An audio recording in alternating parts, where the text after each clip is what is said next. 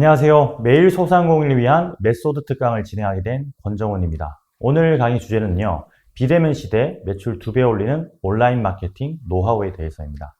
본 강의는 코로나 방역수칙을 준수하면서 촬영하고 있습니다.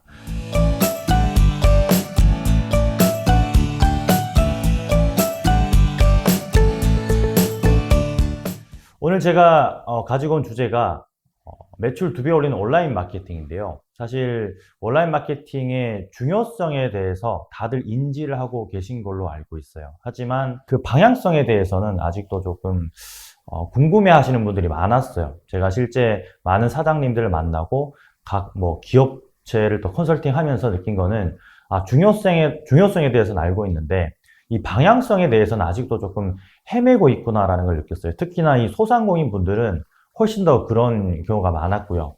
그 이유 자체가 정해진 어떤 교육이 없다 보니까 이 온라인 마케팅에 대해서 어디서부터 어떻게 시작해야 할지 모르고 있는 게 가장 큰 문제점이었거든요. 그 부분에 대해서 오늘 좀 집중적으로 말씀을 드리고요. 큰 방향성만 좀 따라오셔도 작은 것들 하나하나 실행하는 거에 있어서는 어렵지 않습니다. 어렵지 않게 또 설명을 드리고 하니까 50분 정도의 시간 끝까지 잘 시청해 주시면 좋을 것 같습니다. 일단 목차를 보여드릴게요. 온라인 마케팅이 필수인 건 아시죠? 그 부분을 좀 짧게 설명을 드릴 거고요. 네이버에 주목해야 하는 어떤 그 이유에 대해서도 말씀을 드릴 거예요. 또 세 번째는 인스타그램. 사실 인스타그램을 빼놓고는 온라인 마케팅을 한다고는 말씀드릴 수가 없을 만큼 그 파급 효과가 굉장히 큰데요. 그 부분에 대해서 설명을 드릴 겁니다. 또 네 번째는 유튜브. 유튜브가 파급 효과가 크다는 건 다들 알고 계시지만 실행하기가 굉장히 어려운 그런 플랫폼입니다. 동영상 플랫폼이기 때문에 그 부분을 조금 쉽게 활용할 수 있는 걸 말씀을 드리겠습니다. 다섯 번째가 당근 마켓이고요. 또 여섯 번째는 숨어있는 고객을 유입시킬 수 있는 그런 어플리케이션에 대해서도 설명을 드릴 수 있도록 하겠습니다.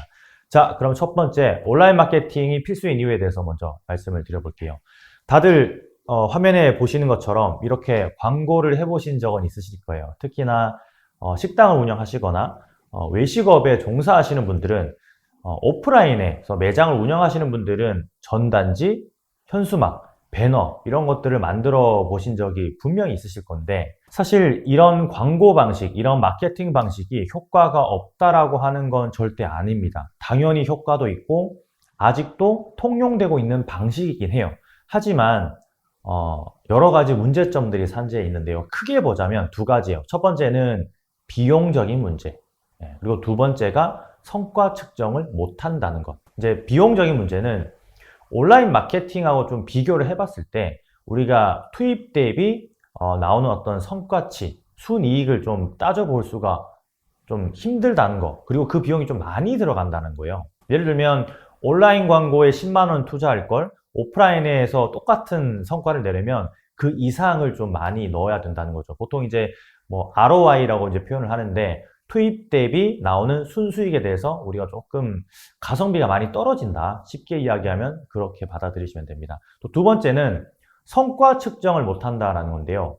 전단지를 보고 우리 매장에 얼마나 손님이 왔는지, 그 손님으로 인해서 우리 매출이 얼마나 올라갔는지, 또 현수막을 통해서 우리 매장에 유입된 고객은 얼마나 되는지, 그 금액이 얼마인지 잘 알 수가 없는 부분이 있죠. 하지만 온라인 마케팅은 그걸 가능하게 만들 수도 있거든요. 그래서 그 부분에 있어서는 오프라인 마케팅도 하면서 동시에 온라인 마케팅에도 조금 집중을 했으면 좋겠다라는 의미로 받아들이시면 좋을 것 같습니다. 우리가 온라인 마케팅을 하게 돼야 되는 이유는 다들 잘 아시겠지만 이 사진 하나로만 봐도 무언가 좀 느껴지는 바가 크죠. 오프라인 마케팅은 우리 매장을 지나가는 손님이나 유동인구라든지 아니면 우리 매장 근방에 딱 거주하고 있는 그런 사람들한테 직접적으로 노출시켜서 마케팅을 하는 거라고 이제 생각을 하시면 되는데, 온라인 마케팅은 사람들이 이동하면서 이렇게 사진에도 지금 나와 있다시피 지하철을 타고 가시면서도 계속 모바일, 스마트폰을 이제 보고 계시거든요. 그 안에서 우리가 마케팅을 한다면 훨씬 더 많은 모객을 할 수 있다라는 거죠. 그 부분에서 극심한 차이를 보입니다. 우리가 지하철을 타든 버스를 타든 택시를 타든 아니면 혼자 집에서 있든 스마트폰을 굉장히 많이 이용하는데요.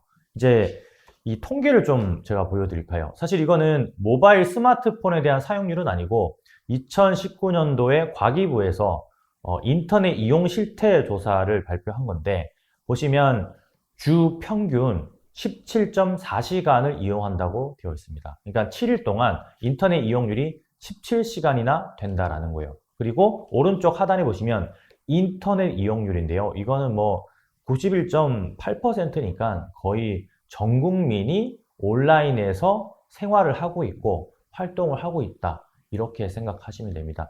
여기까지는 아마 다들 끄덕끄덕 아마 이해도 하실 거고 맞아 온라인 마케팅이 필요해 중요해 라고 생각하실 수 있어요. 그런데 정작 중요한 건 어떻게 어디서부터 시작해야 될지 잘 모르겠다라는 거죠.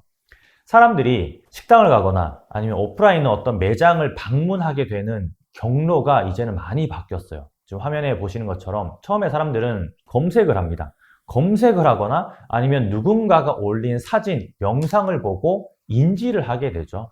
그래서 네이버 포털 사이트, 구글 포털 사이트, 다음 포털 사이트도 각종 여러 가지 포털 사이트 커뮤니티에서 검색을 해보고 나서 위치를 확인하게 됩니다. 어디에 있구나, 그리고 뭐 무엇을 팔고 있구나, 메뉴 확인한 다음에 또 리뷰까지 확인을 하는 거예요. 이제 리뷰 확인이라고 하는 거는 사회적 검증을 하는 거죠. 사람들이 이용한 후기들을 보면서 아, 어떤 게 맛이 있고 어떤 맛이구나 아니면 어떤 좋은 상품을 저렴하게 팔고 있구나 라는 것까지 확인을 하고 나서 심지어 예약도 온라인에서 진행을 하고 그리고 나서 방문을 하게 됩니다. 이게 최근에 어떤 트렌드예요.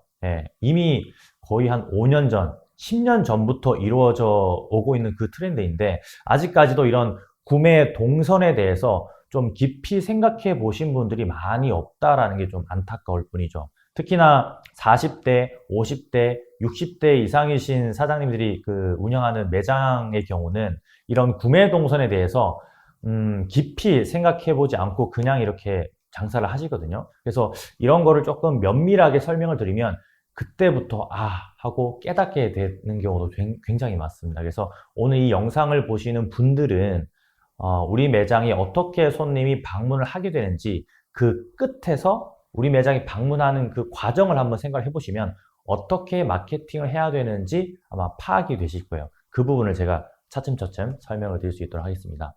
자, 그러면 제가 아까 전에 포털 사이트에서 검색을 하고 우리 매장을 찾는다고 했는데 어떤 포털 사이트가 사람들이 가장 많이 사용하는 사이트일까요?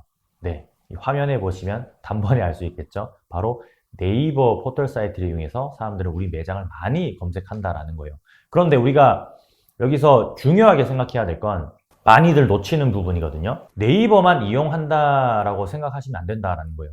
내가 네이버를 이용한다고 해서 아, 네이버에서 사람들이 많이 이용을 하고 있구나. 우리 매장도 네이버를 통해서 사람들이 많이 인지를 하고 찾아오겠구나라고 생각하시면 안 되고 구글이나 다음이나 아니면 기타 다른 포털 사이트도 사람들이 이용을 한다라는 걸 인지를 해야 됩니다.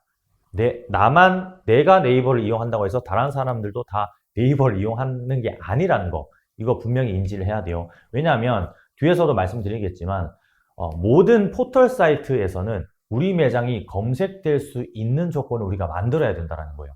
네이버에서 검색을 해서 우리 매장을 찾아오는데 구글에서 검색했는데 우리 매장이 안 나오게 된다면 그 손님은 아예 우리 매장에 대해서 인지가 되지 않게 돼버리는 거죠. 그래서 그 부분에 대해서 조금 중요하게 생각을 하시면 좋을 것 같아요. 자, 그러면 우리가 결론을 좀 잠깐 도출했죠. 네이버를 통해서 우리 매장의 손님이 좀 올 수 있는 그런 구조가 되어 있는데 네이버에서 어떻게 마케팅을 해야 되느냐. 가장 첫 번째로 종류가 많죠. 네이버 마케팅의 종류에는. 근데 가장 첫 번째로 중요하게 좀 디테일하게 좀 공부하셔야 되는 게 네이버 스마트 플레이스입니다. 다들 아시죠? 다들 아마 등록이 되어 있으실 거예요. 매장이 네이버에 쳤을 때 아마 우리 매장이 온라인상에서 노출이 될 겁니다. 이거는 거의 제가 봤을 때는 80% 이상은 등록이 되어 있으실 거예요. 그런데 중요한 건 활용을 잘 못하고 있다는 거. 그 부분을 제가 지금부터 말씀을 드릴게요. 네이버 스마트 플레이스는 그 안에 기능들이 어마어마합니다. 스마트 콜, 스마트 주문, 예약, 톡톡, 또 모두 홈페이지까지 굉장히 많은 기능들이 들어있어요. 이 많은 기능들이 들어있다는 건 네이버 측에서는 사장님, 우리 네이버 스마트 플레이스를 이용해서 온라인에 또 다른 매장을 하나 더 만들어 보세요. 사람들이 좀 더 많은 정보를 볼 수 있도록 좀 많은 정보를 좀 입력을 해주세요 라고 이야기하는 건데, 사실 많은 사장님들이 장사하기도 바쁘고 좀 어렵다고 생각하시기 때문에 그 안에 있는 내용들을 다 입력을 하지 못한다라는 거예요. 그리고 이제 스마트 플레이스 안에서도 광고를 할 수 있는 영역이 있습니다. 지역 소상공인 광고도 있고 스마트 플레이스 광고도 있는데, 이 두 가지는 필수로 해야 되는 거예요. 필수로. 아직 많이 안 하고 계시거든요. 근데 이걸 필수로 해야 되는 이유가 또 있습니다. 그 부분 잠시 후에 다시 말씀을 드릴 수 있도록 하겠습니다. 자, 보시면 스마트 플레이스도 있고 블로그, 카페, 밴드, 네이버 TV도 있는데, 일단 스마트 플레이스만 집중해서 하시더라도 굉장히 높은 많은 방문자 수를 유치할 수 있기 때문에 그것에 대해서 조금 더 세부적으로 제가 설명을 드릴게요. 네이버에서 보통 이렇게 검색을 하죠. 남양주에 살고 있다면, 남양주에 방문했다면, 내가 남양주에서 무언가 활동을 하고 있다면 남양주 맛집, 남양주 파스타 이런 식으로 검색을 한다라는 거예요. 오른쪽에 보시면 땡땡 카페라고 되어 있는데, 만약에 이게 프로 카페라고 칠게요. 프로 카페라고 치는 사람은 거의 없겠죠. 왜냐하면 그 카페에 대한 인지가 없는 상태에서 그 카페 이름을 알 수가 없잖아요. 그죠? 그냥 어떤 해당 지역의 맛집, 예쁜 카페, 데이트 장소 이런 식으로 사람들이 검색한다라는 걸 우리가 먼저 인지를 해야 돼요. 보통 이제 연세가 조금 있으신 사장님들은 네이버에 우리 매장 치면 바로 나와. 나도 거기에 등록해놨어. 네이버 스마트 플레이스 나도 잘 하고 있어. 문제 없어. 완벽해. 라고 하시는데, 그게 중요한 게 아니라 사람들이 어떤 키워드로 검색하는지가 중요한 거예요. 그 키워드로 검색했을 때 우리 매장이 나온다라는 거는 사람들이 한 번이라도 우리 매장을 오프라인이 아니라 온라인에서 먼저 접하고 나서 이 매장을 갈지 안 갈지 판단하는 거니까 확률이 높아지는 거죠. 근데 만약에 검색했는데 첫 페이지에 나오지도 않고 두 번째 페이지, 세 번째 페이지, 네 번째 페이지에 나온다면 사람들한테 인지할 수 있는 게 전혀 없다라는 거죠. 그 부분을 우리는 좀 파악을 해야 됩니다. 보시면 네이버 아이디를 통일하고 모든 정보 입력하고 네이버 채널 연결하라고 되어 있잖아요. 이 말의 의미가 네이버 스마트 플레이스의 정보를 입력할 때 네이버 예약이라든지 톡톡이라든지 또 네이버 블로그를 운영한다면, 네이버 모드 홈페이지를 만든다면 우리 매장의 이름을 어떤 식으로 입력을 해야 되느냐, 그 이름을 다 통일을 해야 된다라고 적혀 있는 거예요. 그러니까 네이버 아이디는 다 동일하겠죠. 영문 아이디니까. 한글 아이디는 없잖아요. 그죠? 영문 아이디지만 네이버 예약, 톡톡, 블로그, 채널을 설정을 할 때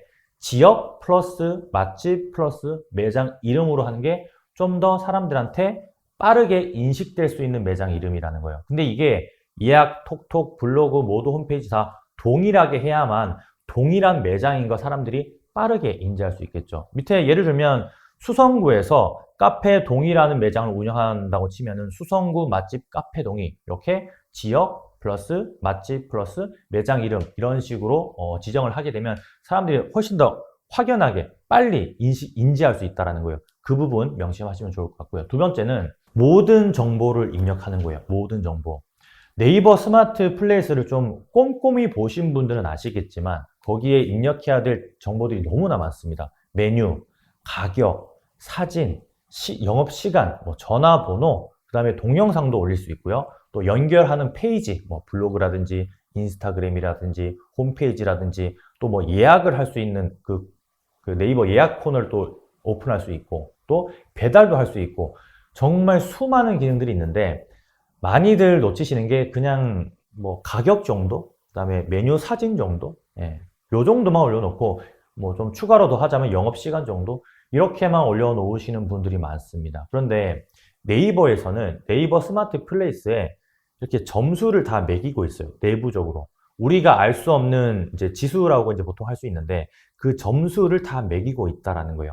이 네이버 스마트 플레이스는 몇 점이야? 지수가 어느 정도 돼? 근데 그 점수가 높다라는 건 좀 더 상위에 노출할 수 있는 기회 요소가 많다라는 거기 때문에 정보를 많이 입력하면 입력할수록 그 지수가 높아진다라고 생각을 하시면 됩니다. 자, 세 번째 보시면 네이버 채널을 또 연결하는 부분이 있어요. 이게 정말 중요한데 네이버 스마트 콜이라는 기능을 보면 우리가 네이버 스마트 플레이스에 전화번호를 입력하잖아요. 어떤 분들은 핸드폰 번호를 거기 적어 놓으신 분들도 있고 어떤 분들은 이제 유선 전화번호를 적어 놓으신 분들도 있는데 물론 그렇게 입력을 해도 됩니다. 아무런 상관이 없어요. 그런데 네이버 스마트 콜을 오픈하고 나서 전화번호를 입력하게 되면 이제 다른 3자를 걸쳐서 우리에게 전화가 들어오게 됩니다. 그 말인즉 그 데이터가 다 안에 쌓인다라는 거예요.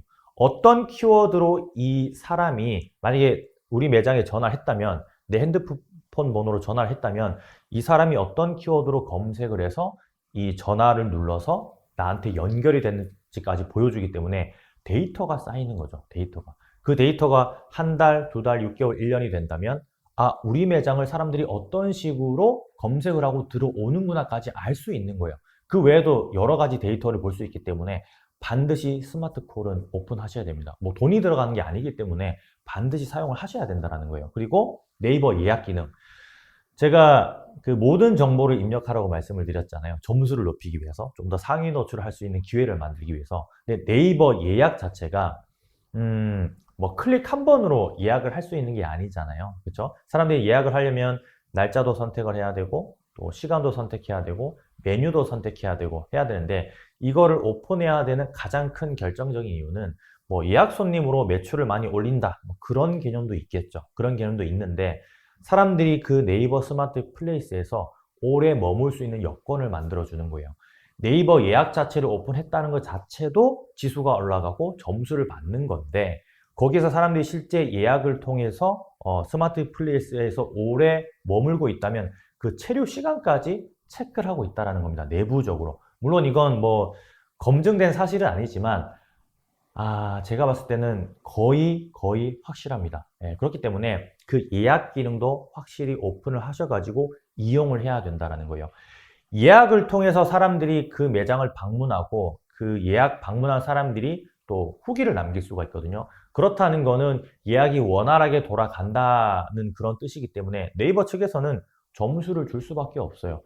이 매장은 예약 기능까지 사용을 하면서 되게 원활하게 사람들이 만족하는 식사를 하고 오는구나라고 판단할 수밖에 없으니까요. 데이터가 다 보이니까. 그렇죠? 그렇기 때문에 네이버 예약 기능도 반드시 오픈하셔야 된다라는 걸 좀 아시면 좋을 것 같고요. 네이버 톡톡도 마찬가지입니다. 네이버 톡톡은 다들 뭐 사용을 해보셨을 텐데 네이버 톡톡 자체가 블로그, 스마트 플레이스, 뭐 예를 들면 또 쇼핑몰까지 있다면 다 통합적으로 한 개로 이어집니다. 네이버 톡톡 자체가. 그래서 네이버 톡톡도 이용한다면 사람들이 체류 시간도 늘어나고 또 네이버 톡톡으로 만족하는 상담을 한다면 거기에 대한 또 지수도 올라가고 그렇기 때문에 네이버 톡톡에서 다 대화하는 것 자체도 다 로그 기록으로 남습니다. 네이버 내부적으로는. 그래서 네이버 톡톡 기능도 반드시 오픈을 하셔야 된다는 걸 말씀을 드리고 싶어요. 또 모드 홈페이지, 또 네이버 블로그 다 비슷한 개념이라고 생각하시면 됩니다. 모드 홈페이지를 만들어 보신 분들은 아시겠지만 처음에만 살짝 당황스럽지 몇 번 이렇게 클릭하고 뭐 왔다 갔다 하다 보면 홈페이지가 완성되어 있어서 깜짝깜짝 놀라시는 분들이 많거든요. 이게 날 잡아서 거의 한 3시간, 4시간? 반나절 정도만 하셔도 충분히 만들 수 있는 수준의 홈페이지 어떤 그 템플릿을 제공하기 때문에 네이버 모드 홈페이지는 꼭 한번 만들어 보셨으면 좋겠어요. 자, 그러면 실제 우리가 손님들이 방문하는 그 경로에 대해서 우리가 어디서 포지션을 잘 잡고 있어야 되는지를 말씀을 드릴 텐데요. 자, 제가 화면에 보시는 것과 같이 네이버 검색창에다가 대구 맛집이라고 검색을 해봤습니다. 그런데 우리 매장이 이 안에 들어가기는 굉장히 힘듭니다. 그 이유는 이 대구 맛집이라는 키워드 자체가 대형 키워드라고 생각을 하시면 돼요. 사람들이 많이 치면 많이 칠수록 경쟁 강도가 되게 세다라는 거예요. 지금 보시면 왼쪽 상단에 조조 칼국수 본점이 있고 또 오른쪽에는 소풍가, 그 다음에 뭐 가포르토, 뭐 스파티코 대구 이런 식으로 쭉 나오고 있는데 사실 제가 이 검색어를 쳤을 이 시기 자체가 이 조조 칼국수라는 매장 자체가 유튜브에서 한번 컨텐츠로 만들어져 가지고 아마 그 휴먼 스토리일 거예요. 그 채널에서 방송이 되면서 사람들이 네이버에다가 검색을 되게 많이 쳐봤습니다. 그 시점에 제가 대구 맛집이라고 쳤더니 조조칼국수가 상위에 올라온 거예요. 아마 지금 치면은 조조칼국수가 1등으로 노출되진 않을 거예요. 그 이유 자체가 이 스마트 플레이스 상위 노출의 어떤 기준의 하나인 트래픽 양이 있거든요. 트래픽 양. 그러니까 사람들이 얼마나 많이 조조칼국수를 검색하고 또 대구 맛집을 검색해서 그 스마트 플레이스에 방문하느냐, 그 차이가 있기 때문에 트래픽이 얼마나 많이 일어나는지, 그 스마트 플레이스를 사람들이 얼마나 많이 접속하는지에 따라서도 상위 노출의 기준이 바뀌기 때문에, 그래서 지금 조조 칼국수가 이 시점에는 1위에 올라가 있는 겁니다. 이 말인 즉 우리가 이 내용을 나중에 활용할 수도 있겠죠. 자, 그러면 대구 맛집이라는 키워드가 우리가 공략하기에는 굉장히 어려운 키워드예요. 거의 뭐 수만 번, 한 달에 수십만 번씩 검색을 하는 키워드이기 때문에 우리가 공략해야 되는 키워드는 한 달에 적어도 진짜 중소형의 매장이고 직원이 한 두세 명 정도, 손님을 많이 쳐낼 수 없다면 한 1000번 정도? 한 달에 1000번 정도 검색되는 키워드로 우리 매장을 공략하면 좋다라는 걸 말씀을 드리고 싶어요. 자, 이걸 정보의 양, 클릭률과 체류 시간, 트래픽 양에 대해서 제가 말씀드리기 전에 이 키워드에 대해서 조금 더 세부적인 내용을 말씀드리면 좀 헷갈려 하시는 분들이 있는데, 이 키워드를 그러면 한 달에 몇 번이나 사람들이 검색하는지 궁금해 하시잖아요. 어떻게 알아볼 수 있나요? 라고 말씀을 하시는데, 네이버 광고 관리자 시스템에 가입을 하셔가지고 들어가셔서 검색을 해보셔도 되고요. 이게 조금 귀찮으시다면 네이버에다가 블랙키위라고 쳐가지고 들어가셔서 보셔도 되고, 아니면 모바일에서는 키워드 매니저라는 어플리케이션을 다운받으셔서 검색을 해보시면 다 나옵니다. 그리고 어렵지 않게 볼 수 있어요. 그렇기 때문에 그런 것들 툴을 이용해가지고 한 달에 몇 번씩 검색되는 키워드인지 보고 나서 할만하겠다 싶은 키워드에 우리가 집중을 해가지고 그 키워드를 쳤을 때 우리 매장이 어느 정도 상위에 올라올 수 있는 그 효과를 좀 누려야 되는 거겠죠. 자, 네이버 스마트 플레이스에 대해서 잠깐 정리를 하자면, 제가 첫 번째 말씀드렸던 정보의 양, 얼마나 꼼꼼하게 네이버 스마트 플레이스에 입력을 했느냐, 그렇게 많이 입력을 했다라는 거는 그 입력했던 거 그 자체가 점수로 환원된다. 그리고 그 정보가 많다라는 거는 손님도 그 스마트 플레이스에 접속했을 때 좀 체류 시간이 늘어나겠죠. 사진도 보고, 동영상도 보고, 이용 시간도 보고, 메뉴 사진도 보고, 뭐 가격이 얼마인지, 또 리뷰가 있으면 리뷰 같은 것도 보기 때문에 체류 시간이 늘어나겠죠. 자, 두 번째 보시면 클릭률과 체류 시간이라고 되어 있는데, 검색 노출, 그리고 특정 키워드, 뭐 노출이 딱 됐을 때 얼마나 사람들이 우리 스마트 플레이스를 클릭하느냐. 그러니까 클릭률이라는 거예요. 클릭률. 100번 정도 노출됐는데 사람들이 10번 클릭했어요. 그러면 10%의 클릭률이 나온다라는 거예요. 이 클릭률과 체류 시간이 굉장히 중요한 요소 중에 하나다라고 생각을 하시면 됩니다. 그리고 트래픽의 양, 제가 말씀드렸던 아까 전에 대구 맛집을 쳤는데 조조칼국수가 1등에 나왔잖아요. 이 말인 즉 조조칼국수 스마트 플레이스에 많은 사람들이 들어갔다는 얘기예요. 트래픽 양이 굉장히 많아졌다는 얘기예요. 당시에 유튜브에서 휴먼스토리라는 채널에서 이 컨텐츠를 만들었었기 때문에 사람들이 네이버에서 조조칼국수를 검색하고, 조조칼국수를 검색했더니 스마트 플레이스 제일 상단에 이제 그 조조칼국수 이름으로 검색을 했기 때문에 1등으로 뜨잖아요. 거기에 들어갔기 때문에 트래픽이 한꺼번에 몰리다 보니까 대구 맛집으로 검색했을 때 조조칼국수가 1등에 올라올 수 있었다. 이 내용을 알고 계시면 될 것 같습니다. 자, 그러면 대구 맛집이랑 이런 대형 키워드는 어떻게 좀 공략을 하느냐. 사실 큰 방법은 없습니다. 큰 방법은 없는데 광고를 이용하면은 우리도 상위 노출할 수 있는 기회는 잡을 수가 있습니다. 무조건적인 건 아니지만 어쨌든 광고를 통해서 사람들한테 더 많이 노출시킬 수 있는 여지를 만들 수는 있다는 거예요. 그리고 이 광고가 중요한 게, 광고에서 사람들한테 노출이 되다 보면 사람들이 클릭을 하게 되잖아요. 그러면 뭐가 늘어나겠어요?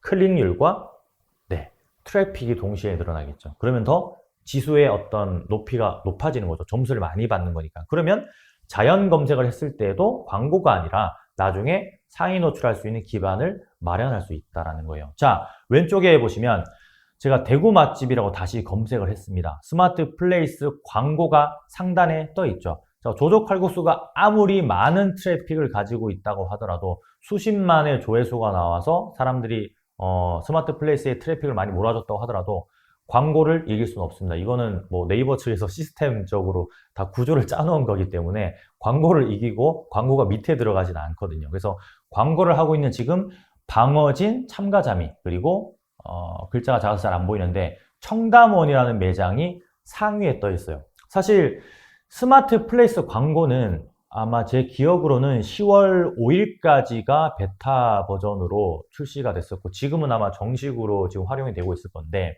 그때 당시에 페이백 같은 걸 해줬었어요. 10만원 페이백도 해주고 했었는데, 지금은 대구 맛집 같은 경우는 키워드당 이제 비용이 나가는 거거든요. 그러니까 예를 들면 우리가 돈을 충전을 해놓고 사람들이 한번 클릭할 때마다 그 충전된 비용에서 돈이 빠져나가는 거예요.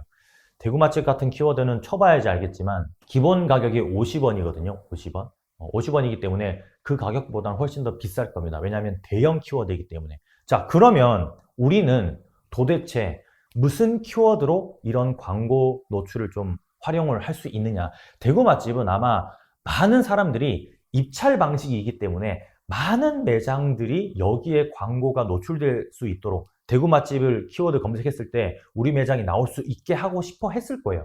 그렇기 때문에 돈이 비싸지겠죠. 입찰을 하는 거니까. 그러면 우리는 이런 방식도 생각할 수 있겠죠. 내가 만약에 동성로에서 돈가스를 팔고 있다. 그러면 대구 맛집이라는 키워드보다는 조금 더 밑으로 내려가는 겁니다. 동성로 돈가스. 자, 동성로 돈가스를 제가 아까 말씀드렸던 블랙키위나 키워드 매니저나 아니면 네이버 광고 관리 시스템의 키워드 탭에 들어가셔가지고 쳐보시면 제 기억으로는 월에 한 1,500번 정도 검색되는 걸로 본 기억이 있어요. 그래서 요 정도면 공략을 할 만하겠죠. 실제 보시면 광고가 지금 하나밖에 안 뜨고 있습니다. 근데 지금은 모르겠어요. 지금은 제가 검색을 안 해봐서 모르겠는데 제가 이 자료를 만들 당시만 하더라도 한 곳에서만 광고를 하고 있었다라는 거죠. 예, 디귿이라는 돈가스 가게에서 광고를 하고 있는데 이분은 아마 뭐 클릭당 50원 정도의 광고를 진행했었기 때문에 매달 그렇게 돈이 많이 나가진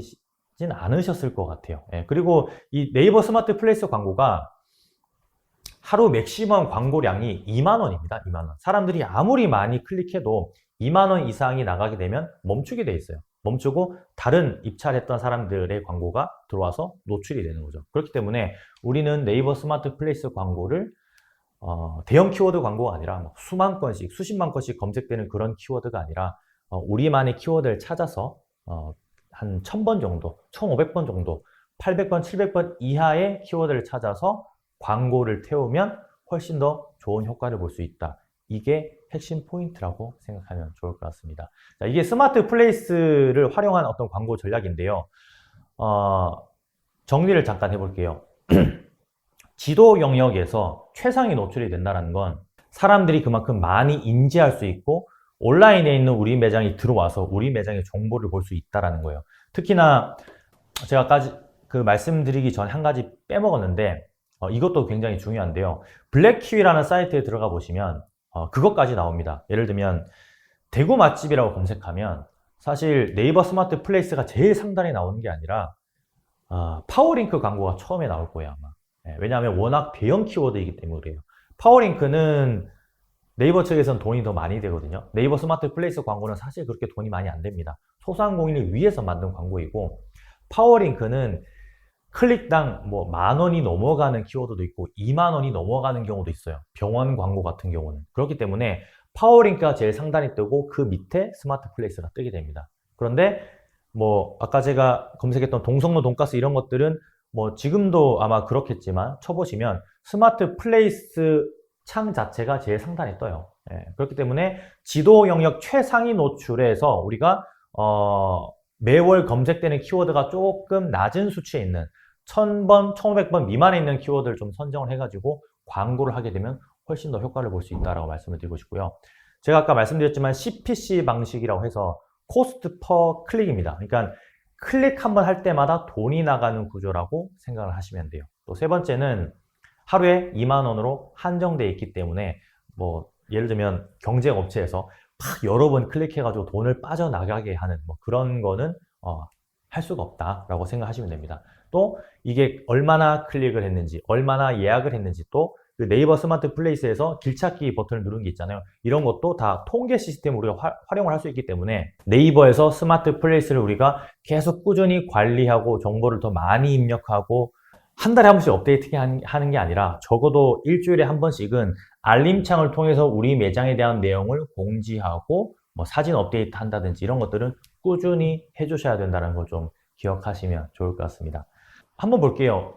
사진을 보시면 음식점, 이태원 맛집이라고 쳤죠. 엄청나게 대형 키워드예요. 엄청나게 대형 키워드. 그 다음에 오른쪽도 분당 치과라고 쳤죠. 엄청나게 대형 키워드입니다. 이런 거는 사실 일반 소상공인 입장에서는 할 수 없어요. 광고 대행사에서 거의 다 하는 거기 때문에 이런 키워드를 노리시면 절대 안 된다는 거 인지하시면 좋을 것 같습니다. 자, 아까 말씀드렸던 네이버 광고 관리 시스템인데요. 보시면 키워드 란이 있죠. 저기다가 동성로 돈가스라고 치면 하단에 PC에서 월 얼마나 몇 번이나 검색되고 있는지, 모바일에서 월 얼마나 검색되고 있는지 나오죠. 제가 아까 전에 1500번이라고 했는데 동성로 돈가스도 2400번인가요? 600번인가요? 네, 그 정도 검색되고 있네요. 뭐 노려볼만 합니다. 네, 중형 키워드이긴 한데 노려볼만 하죠. 키워드 검색을 하고 경쟁 강도를 확인하고 나서 모바일 기준으로 한 1000건 정도, 1000건에서 1500번, 뭐 조금 더 높게 잡자면 한 2000건 정도는 우리가 공략해 볼 만하다라고 말씀드리는 거고, 대형 키워드는 되도록이면 제외하시는 게 좋다라고 말씀드리고 싶어요. 안 되는 거에 힘을 빼지 말자라는 이야기입니다. 안 되는 거에 힘을 빼지 말자는 이야기예요. 자, 스마트 플레이스 광고를 말씀드렸는데 네이버에는 네이버 스마트 플레이스 안에는 스마트 플레이스 광고도 있고 또 한 가지의 광고가 더 있어요. 저는 사실 스마트 플레이스 광고보다 이 광고를 먼저 해보시면 좋을 것 같아요. 이게 훨씬 더 심플하거든요. 어떤 건가 하면 지역 소상공인 광고라고 하는 겁니다. 이 광고의 효과에 대해서 좀 찬반이 좀 심한 편인데 저는 굉장히 많은 효과를 받고, 또 제가 뭐 자문을 하거나 코칭하는 매장들은 대부분 다 이 광고를 시행할 수 있도록 제가 도와드리고 있어요. 이유는 가격이 엄청나게 저렴해요. 가격이.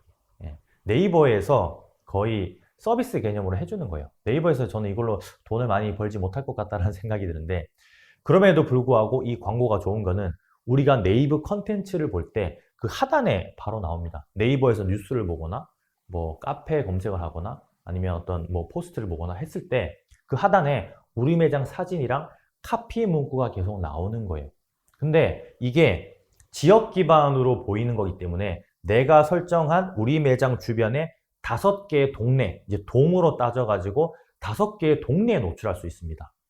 이 말인즉 우리 매장 근처에서 네이버 콘텐츠를 보고 있는 사람에게만 우리 매장이 노출된다는 거예요. 그리고 비용이 제가 저렴하다고 말씀드렸는데 한 번 노출될 때마다 0.5원으로 제가 기억을 하고 있어요. 아마 1원이었던 것 같은데 아마 할인해가지고 0.5원인 것 같아요. 그 0.5원이 아니면 0.25원입니다. 정확하진 않은데 이 금액이라는 게 하루에 몇천 원만 광고를 해도 될 정도의 금액이에요. 네. 이제 광고 방식이 CPV라고 해서 Cost per View라고 이제 되어 있는 건데 한 번 노출될 때마다 뭐 0.5원 뭐 이런 식으로 이제 비용이 지출되는 거라서 그렇게 돈이 많이 나가지 않습니다. 그래서 꼭 하시면 좋은 광고라고 말씀을 드리고 싶어요. 이 광고를 하는 이유가 그 지역 소상공인 광고를 보고 나서 우리 매장에 오라라는 의미도 당연히 있겠지만 이 광고를 클릭했다는 것 자체가 네이버 스마트 플레이스로 랜딩이 되거든요. 그러니까 랜딩 페이지가 네이버 스마트 플레이스라는 거예요. 사람들이 클릭하게 되면 그 페이지가 도착하는 게 네이버 스마트 플레이스이기 때문에 네이버 스마트 플레이스에 트래픽이 늘어나는 거겠죠. 예, 그거를 우리는 또 생각을 해야 된다는 거예요. 자, 그래서 네이버 지역 광고 소상공인 그 광고 형태는 이런 식으로 노출이 됩니다. 네이버에서 어떤 뉴스를 보거나 했을 때 이런 장소 어때요? 라고 하면서 하단에 나오는 거예요.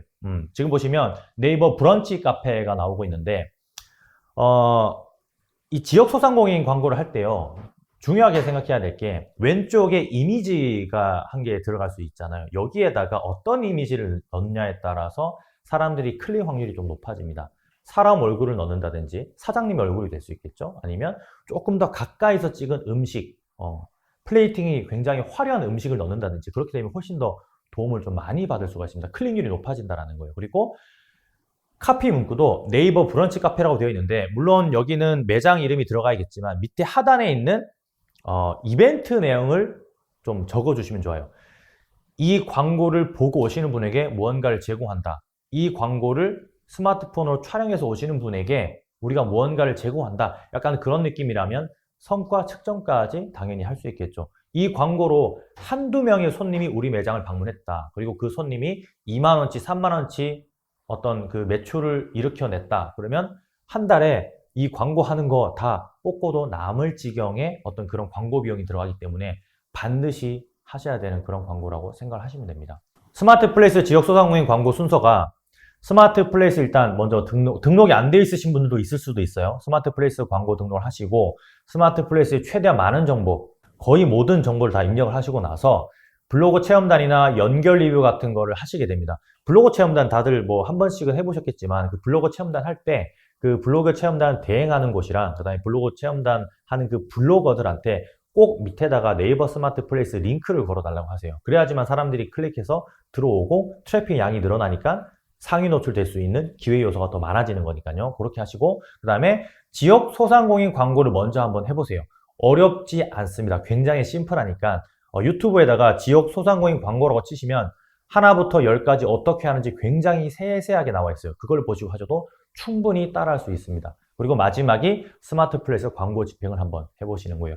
두 개 다 동시에 하셔도 되는데 연세 있으신 분들은 제가 지역 소상공인 광고를 하는 것까지는 하시는데 스마트 플레이스 광고하는 건 좀 어려워 하시더라고요. 그래서 지역 소상공인 광고를 먼저 해보시고 나서 스마트 플레이스 광고하는 걸 저는 추천드리는 입장입니다.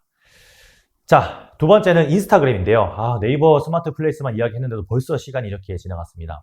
좀 빨리 할 수 있도록 할게요. 핵심만 짚어서 말씀을 드릴게요.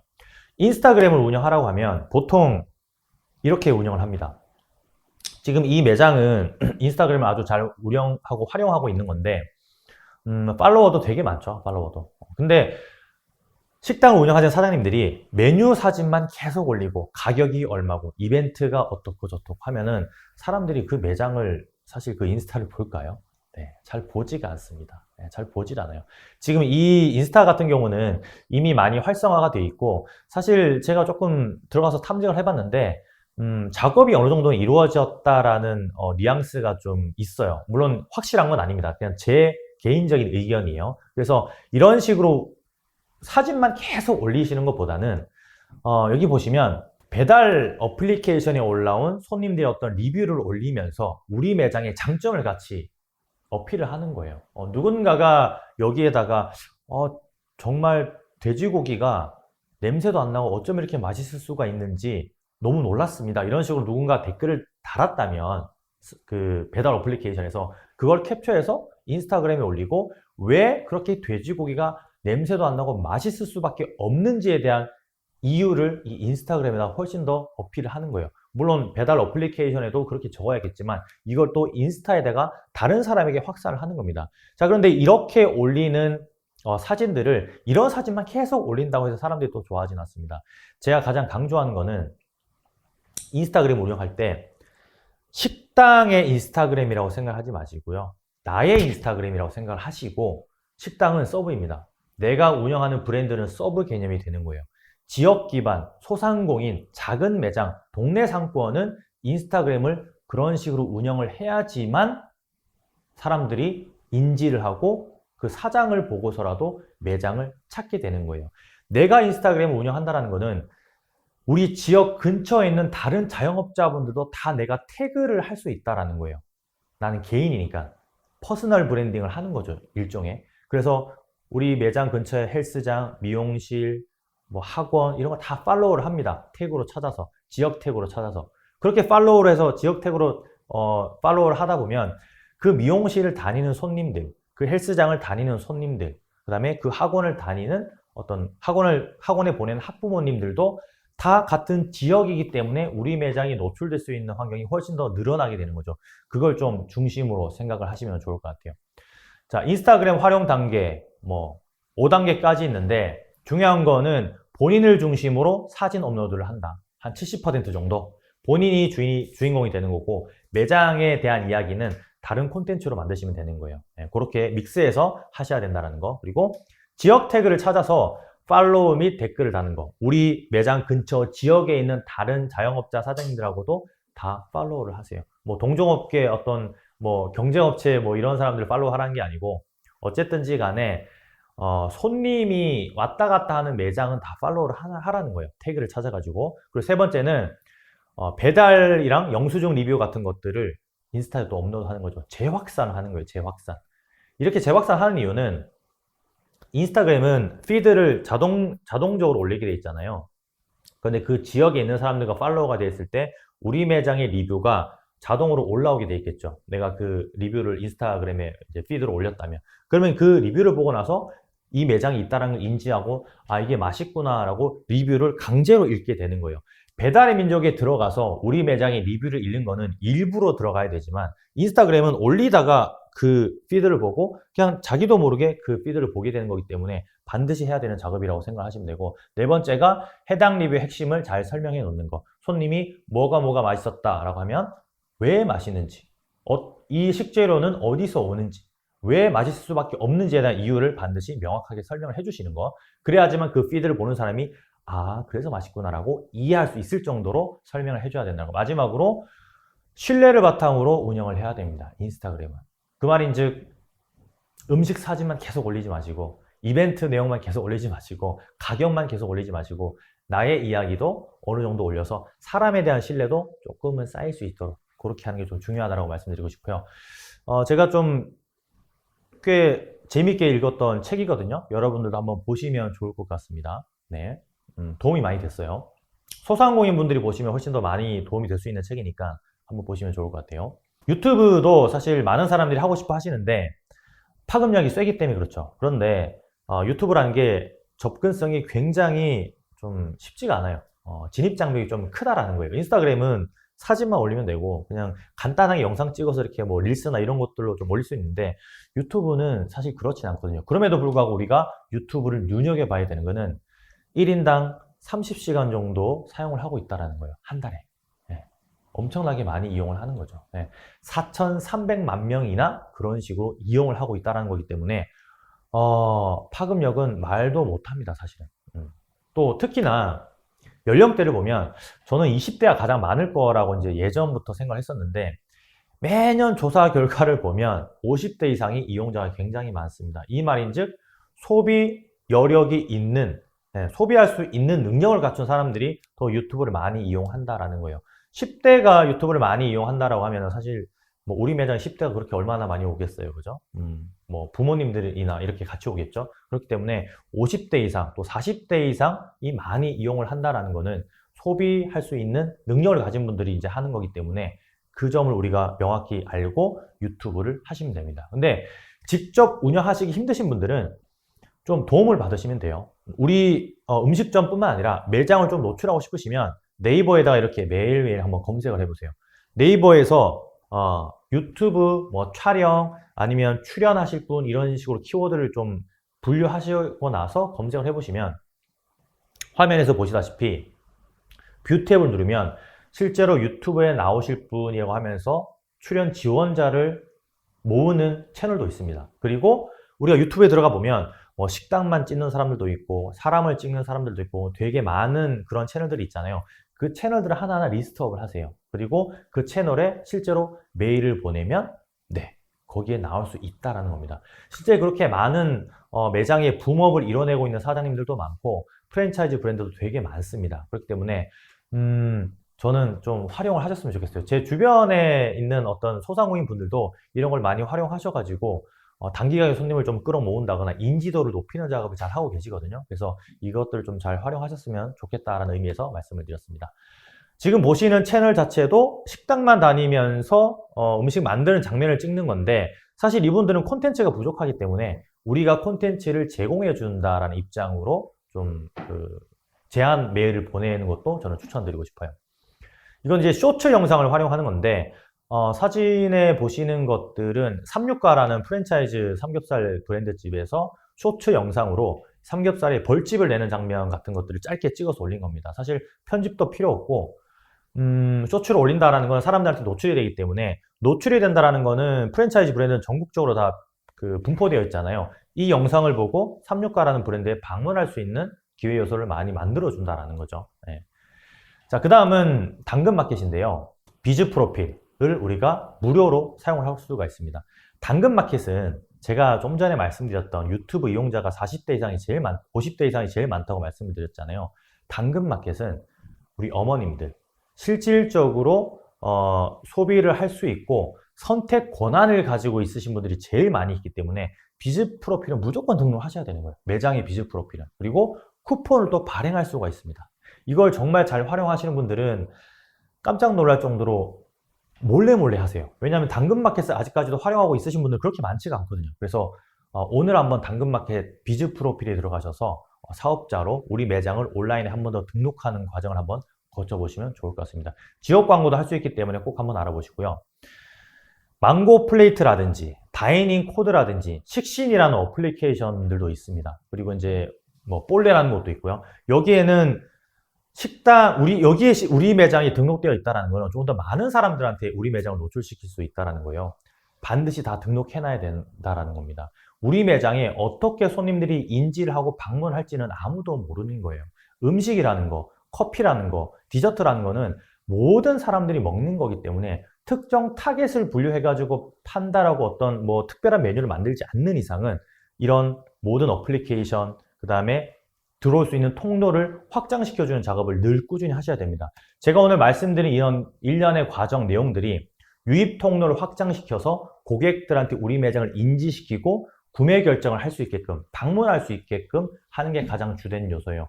식당이나 카페나 뭐 디저트 같은 걸 파는 곳은 거의 다 들어오기만 하면 100% 구매를 하잖아요. 그렇기 때문에 이 작업은 반드시 선행이 돼야 되고 지치지 않고 계속 꾸준히 해주셔야 되는 거예요. 그런데 이거를 한꺼번에 하루에 몰아서 하지 마시고 나눠가지고 한 달이면 한 달, 두 달이면 두 달 해가지고 하루에 조금씩 나눠서 하시면 충분히 하실 수 있는 것이기 때문에 너무 어렵게 생각하지 마시고요. 이번 강의는 이제 여기서 마칠 텐데 질문이 있으면 한번 제가 질문 읽어보고 답변 드리고 강의 마칠 수 있도록 하겠습니다. 네, 질문은 없네요. 질문 있으신 분들은 제가 시간이 되는 대로 보고 또 답글을 달아드릴 수 있도록 하겠습니다. 그럼 오늘의 메소드 특강 여기서 마치겠습니다. 감사합니다.